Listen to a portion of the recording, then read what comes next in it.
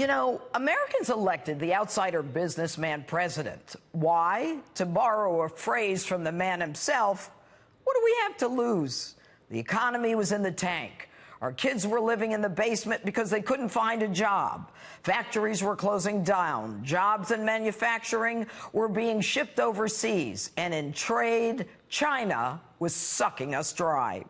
The Obama folks called it a healthy economy, but there was barely a pulse.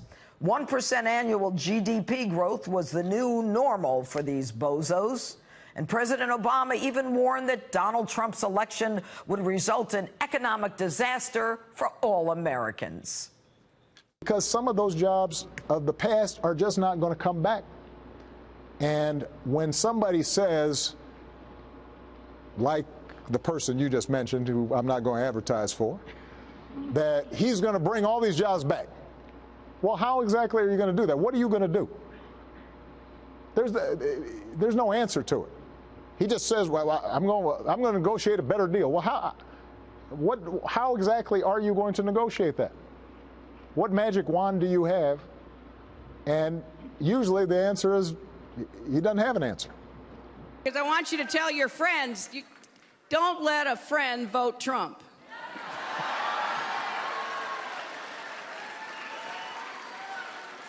So here's the deal.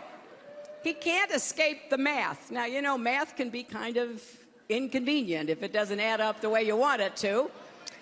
And economists, left, right, in the middle, all say the same thing, that Trump's policies would throw us into a recession, the last thing we need.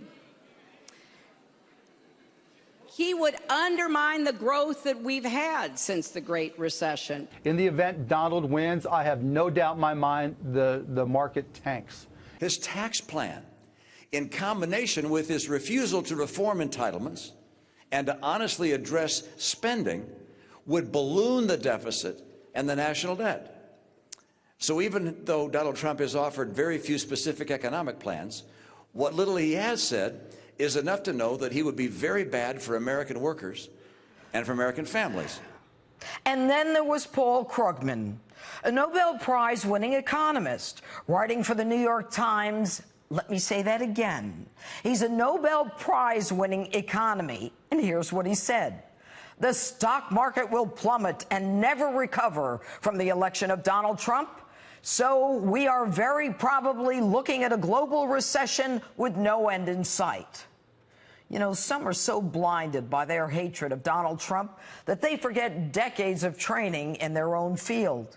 And as America surges forward with more jobs than people to fill them, with African American and Hispanic unemployment the lowest in history, with millions coming off of food stamps because they want to work, the left, well, they rant and protest and create chaos. They throw people out of restaurants and off television shows. They even go to church and say that God sent them to destroy Donald Trump. The left doesn't care about our economic success. All they want to do is make noise. But it's nothing more than background noise, white noise. The truth? Nobody's paying attention to them. Donald Trump's numbers continue to increase. His popularity just keeps going up. And after he met with Putin and was accused of everything from collusion to treason, an offense, by the way, punishable by death, his numbers continue to go up. When are they going to realize that their yelling and screaming is nothing but a distraction? Nobody cares. We care about food on the table, paying the rent, the mortgage, paying for kids' clothing for school. But no, they want to talk about whores and porn stars, or about a lawyer who they're squeezing so tight he'll confess to sinking the Titanic. And yet, despite a media focused on a whack-a-mole Trump-Russia collusion nonsense and the haters continuing to hate, the outsider president has thundered forward with his America First agenda.